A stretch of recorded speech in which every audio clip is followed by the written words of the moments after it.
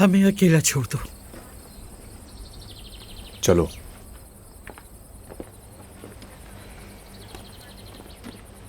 मैं जानती हूँ न तुम्हें खरीदा जा सकता है न बहलाया जा सकता है। आप कुछ मत कहें मिसेस एड से। मुझे कह लेने दो। मैं तुम्हारी शुक्रगुजार हूँ और सब कुछ दुरुस्त करना चाहती हूँ। मैंने अस्पताल फोन किया था।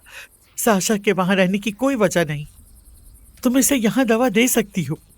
कल तुम्हारी और मेरी दरखास्त पर उसे डिस्चार्ज कर दिया जाएगा।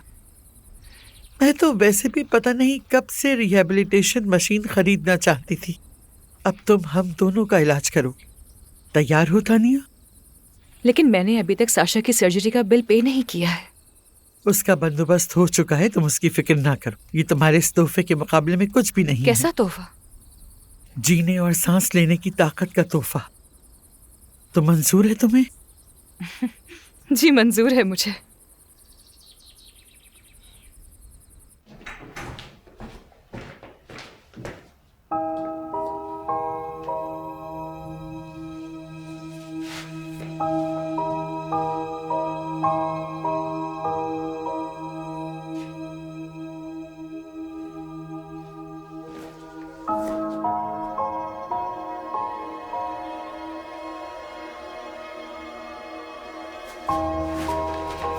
आप बस यकीन कीजिए।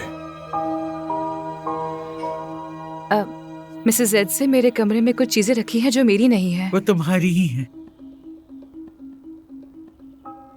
नहीं मिसेस एड से बहुत शुक्रिया, मगर मैं मेरे इससे कोई लेना देना नहीं, सब आकिफ की तरफ से है।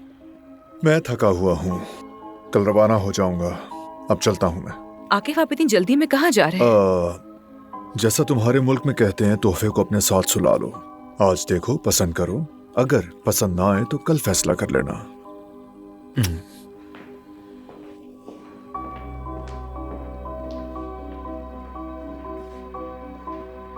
कबूल कर लो बेटा, आकिफ ऐसा ही है। माँ के लिए कुछ भी कर सकता है।